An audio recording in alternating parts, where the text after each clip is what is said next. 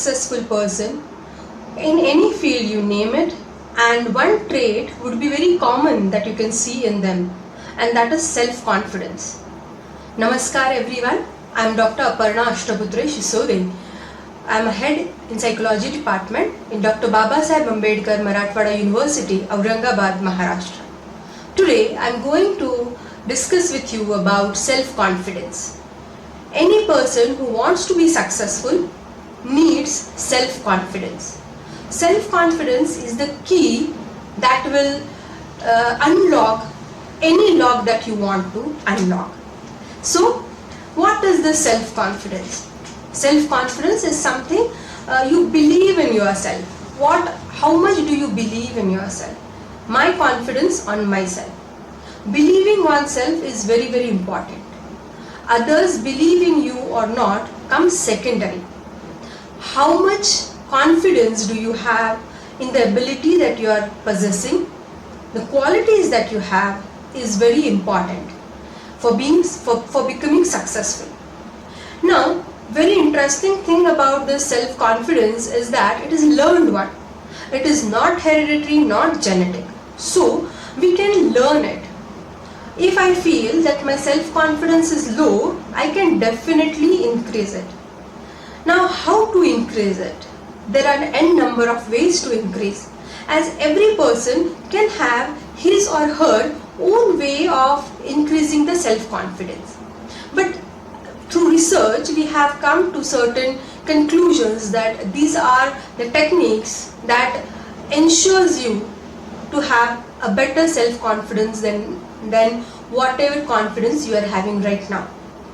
The first and foremost thing that we need to do to increase the self-confidence is we have to stand and sit in a confident way.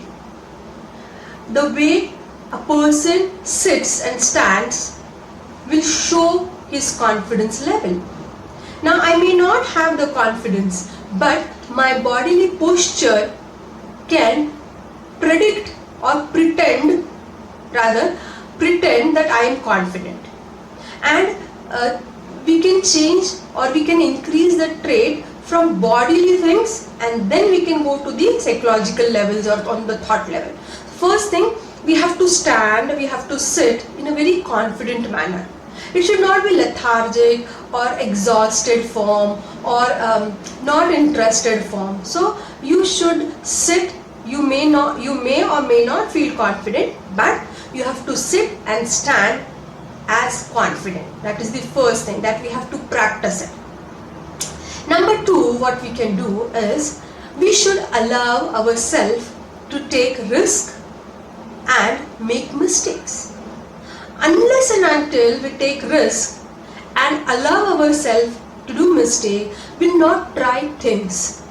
And unless and until we don't try new things, we'll not know in which area we are good or best. So we have to keep on trying, and we should take failure as a learning experience. We should not take the failure to our egos, right? That egos will make us feel miserable, that you are not good, you have failed because you are not good. We should have a thought that because I have tried, so maybe I have failed. If I would have not tried, I would have not failed also. So it's very important that I should allow myself to have this thought of taking risk, and you might be knowing that the person who take risk is the person, the chances of that person to become successful is great. The third and very important thing is speak to yourself.